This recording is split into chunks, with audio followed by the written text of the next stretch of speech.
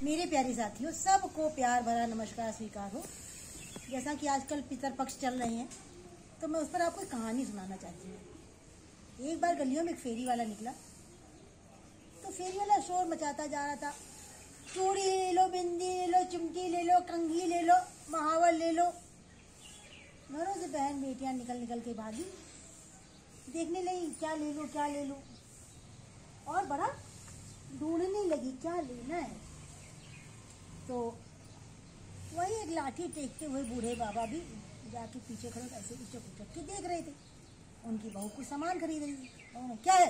नहीं, कुछ नहीं। बहू सामान लेकर अंदर चली गई।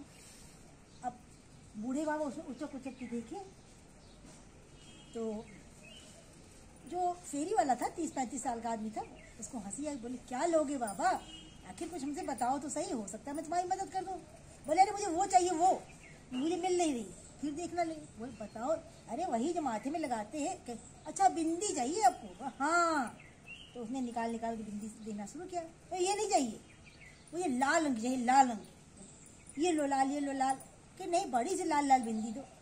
अब दुकानदार दिखा दिखा के हैरान, लेकिन उनको कोई पसंद नहीं।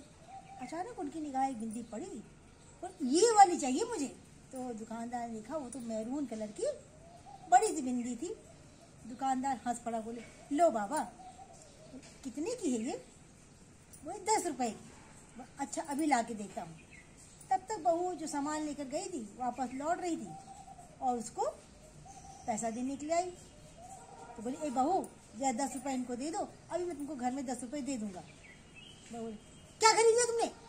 10 रुपए दे। कहाँ दे 10 रुपए? कोई कमा के लाती क्या? अरे मेरे पति की ही तो कमाई दोगे। लो, क्या लिया तुमने? बोले एक बिंदी ली। रखो बिंदी दी। तो बुढ़िया दूर से लेटी देख रही थी माई अम्मा जी। उन्होंने बूढ़े बाबा को आंखों इशारे से बुलाया, यहाँ आइए।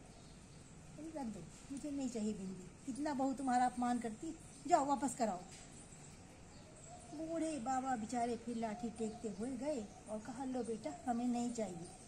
एकदम वहां से हो गए। दुकानदार को बड़ा दुख हुआ, कितनी गंदी बहू है, कितनी नालायक बहू है, 10 रुपए की बिंदी के लिए अपने ससुर को तरसा रही। बूढ़े बाबा लाठी टेकते हुए अम्मा जी के पास आए, फूट फूट कर रोने लगे। धिक्कार है मेरी जिंदगी को, मैं तुम्हें 10 रुपए की बिंदी तक नहीं लेके दे सकता। चलो कोई बात नहीं, पूजा घर में चले आओ, वहाँ रोली रखी है, उसमें थोड़ा सिंदूर मिला के मेरे माथे पे आज बिंदी लगा दो।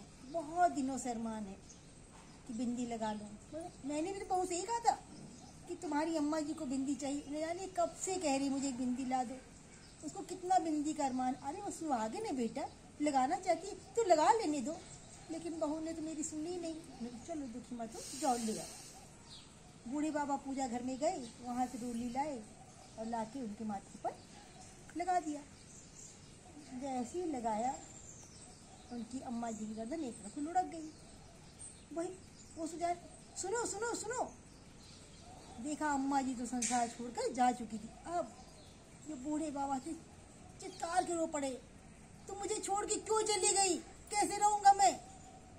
जैसी चिल्लाने की आवाज सुनी, रोने की बहू फिर लौट गई। क्या है जोर मचा रखा है? देखा तो अम्मा जी तो खत्म हो चुकी थी। अब बहू भी साथ में चिल्लाने लगी, रोने लगी, हाय अम्मा, तुम हमें छोड़ के क्यों चली गई?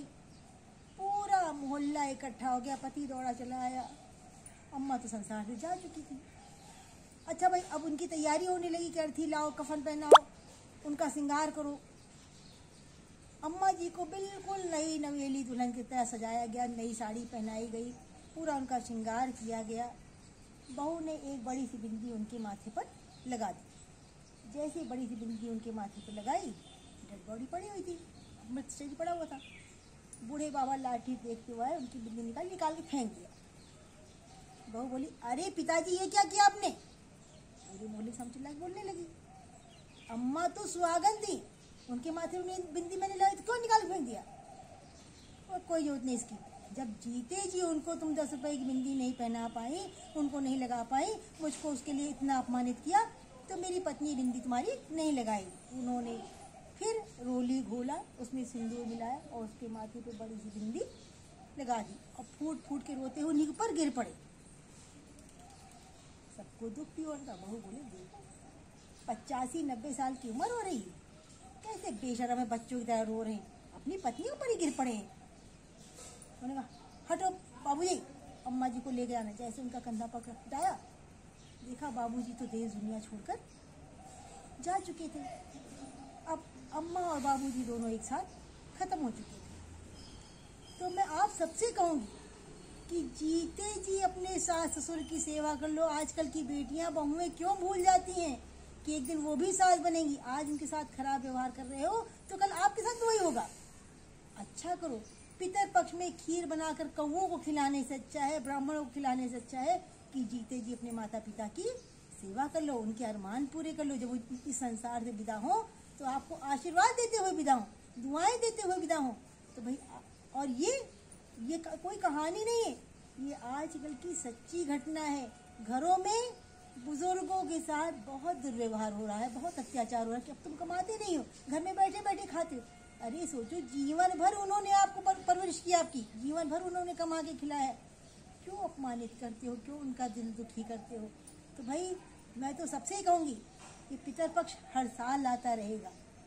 आप जो ये फॉर्मेलिटीज़ करते, दिखावा करते, उनको बंद करके अपने माता पिता को दिल से सम्मान दो, दिल से उनकी इज्जत करो बस। और आज की ये कहानी आपको कैसी लगी, आप लोग मुझे कमेंट बॉक्स में लिख के बताना। अच्छा भाई, सबको टाटा बाय बाय।